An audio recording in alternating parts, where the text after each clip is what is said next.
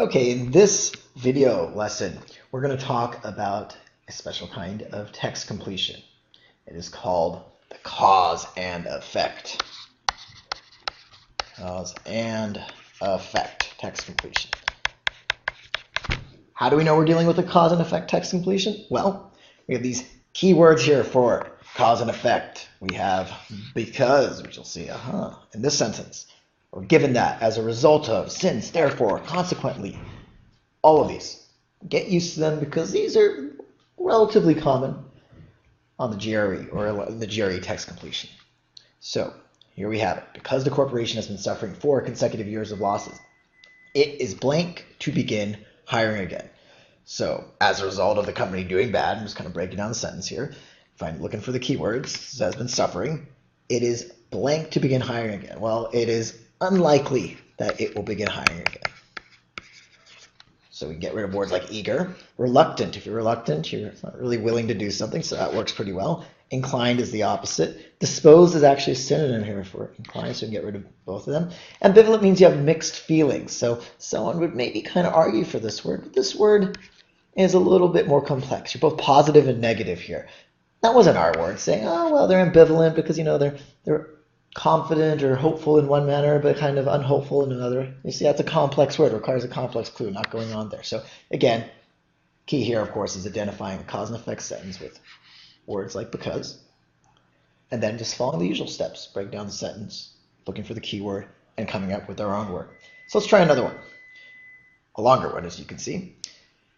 Cornelius was prone to embellish whenever possible. In some cases, he would even twist reality if it served his theatrical aims. Consequently, therefore, his colleagues did not blank his account of the flying saucer-shaped cloud that followed him all the way from his home to the office. Okay, rather comical one, but there's a lot of verbiage going on here. So he was basically like to exaggerate. That's all that means. And so I'm getting rid of this. This is my cutting through the verbiage up here. So he would twist reality, and therefore his colleagues did not believe his account. That's all. So he's prone to making stuff up. And just like that, we need a word that means believe. And oh, look, there it is, that easy.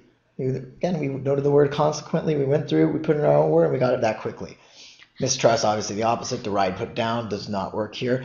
Reject his account. They did reject his account, but look at that keyword right there, not believe. So always make sure you put in our own word. Celebrate doesn't make sense, of course. And there we have an answer. So you can see, typically, cause and effect sentences aren't the more difficult ones.